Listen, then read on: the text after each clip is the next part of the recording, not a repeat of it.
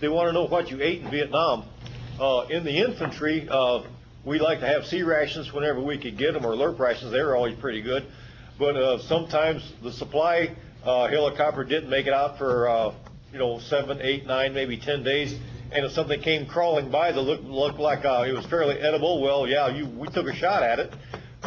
It might be a bandicoot rat, or maybe a jungle chicken, or even a wild porcupine or something like that there. So if it looked fairly edible and wasn't too awfully hazardous, yeah, we wouldn't be against eating something like that, And during the Tet Offensive, I had one of my guys under my command, Andy Yoshida. He was in a firefight by himself, and I crawled over to his hole and I said, "Andy, what are you shooting at?" He says, "I'm getting lunch." I said, "What are you shooting at?" He says, "All them chickens out there." And there were a bunch of jungle chickens running around. So Andy was killing the jungle chickens off so we could have something to eat that night. And that's just the way it is. That's the way it was in the infantry. Now, you take the Navy guys here and the Air Force guys, well, they had 3 squares a day and a nice hot shower and a bed to sleep in. That wasn't the infantry's part.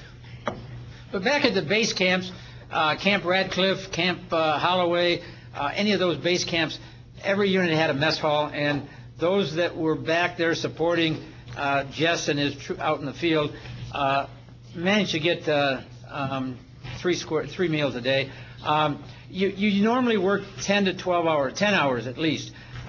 Report to work at 7:30 and work until 6, and with an hour off for lunch or half hour, 45 minutes. But I actually gained a couple pounds while I was over there, so I can't say that the food was that bad. But for the guys out in the field, the C ration usually had a meat component, a dessert component, a fruit, and powdered milk or what have you. But anyways, it varied.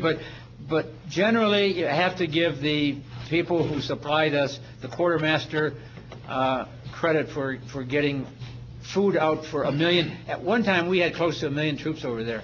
I think we were close to 700,000. But when you figure the amount of food it requires to feed 700,000 troops, quite a bit. With the Marines, there was an overriding command order. Each Marine would have 1 hot meal each day. And that was intended to be a motivational activity.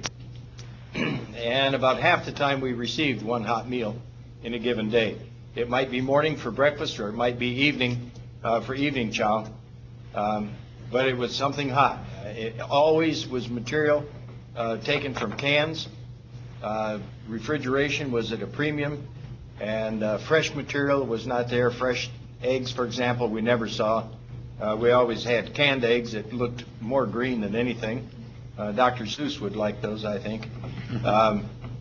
In the evening, usually there was some kind of meat, and it was canned, some sort of beef or some sort of pork or chicken, made up in some way with a lot of spices so that it killed the taste. During lunches, if we had a lunch, it was always C rations. We were either working, work party, or standing guard or on patrol during the day. And so we'd take a little food break, and it was always C rations, some kind of canned. Well, actually, they weren't too bad. I like the ham and limas myself, and most of the other guys that I served with didn't like the ham and limas, so I was in the business of trading. I'd give up my apricot dessert for their ham and limas. That was a good swap. One of the things I wanted to show you here, I got a picture of a young lady who used to visit us at one of the checkpoints. This is a young girl named Swan. She was about 9 years old. And she and her brother would come to the checkpoint of a morning.